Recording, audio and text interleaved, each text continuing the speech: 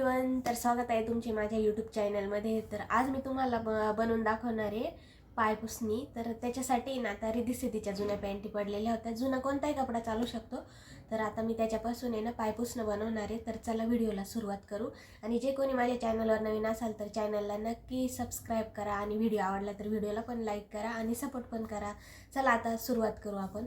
तर आता आहे ना सगळ्यात आधी आता पॅन्ट घेतली आहे। तर तिचे आता ती अशा बारीक पट्ट्या कापून घ्यायच्या आहे त्याच्यात। आपण कापू।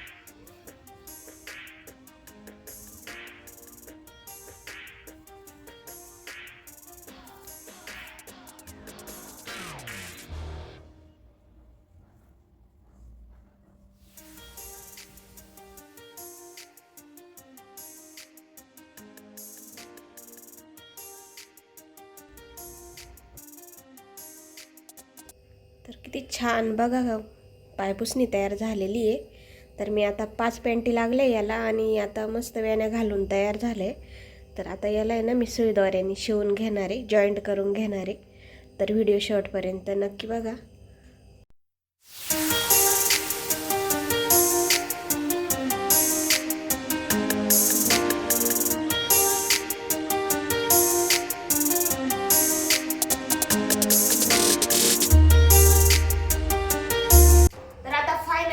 पायपुसणं तयार झालेलं आहे।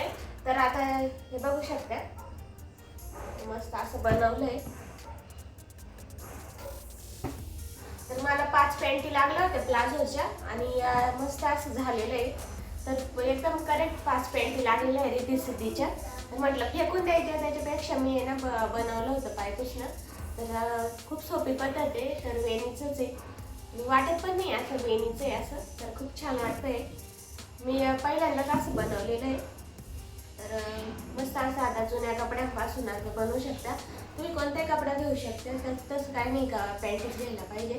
फक्त आहे ना त्याच्या 2 सेंटीमीटर किंवा 1.5 सेंटीमीटर अशा पट्टी कापून घ्यायची आणि तिचे 3 भाग करून घ्यायचे आणि वेणी घालायची आणि मस्त अशी आहे ना एकाला एक जॉईंट करून घ्यायचे वेण्या। पॅक करून घेतलं का मस्त असं पायपुसणं तयार होतं। तर आता आहे ना एवढंच शेवटचंच राहिलेलं आहे माझं, तर शिवून घेते मी।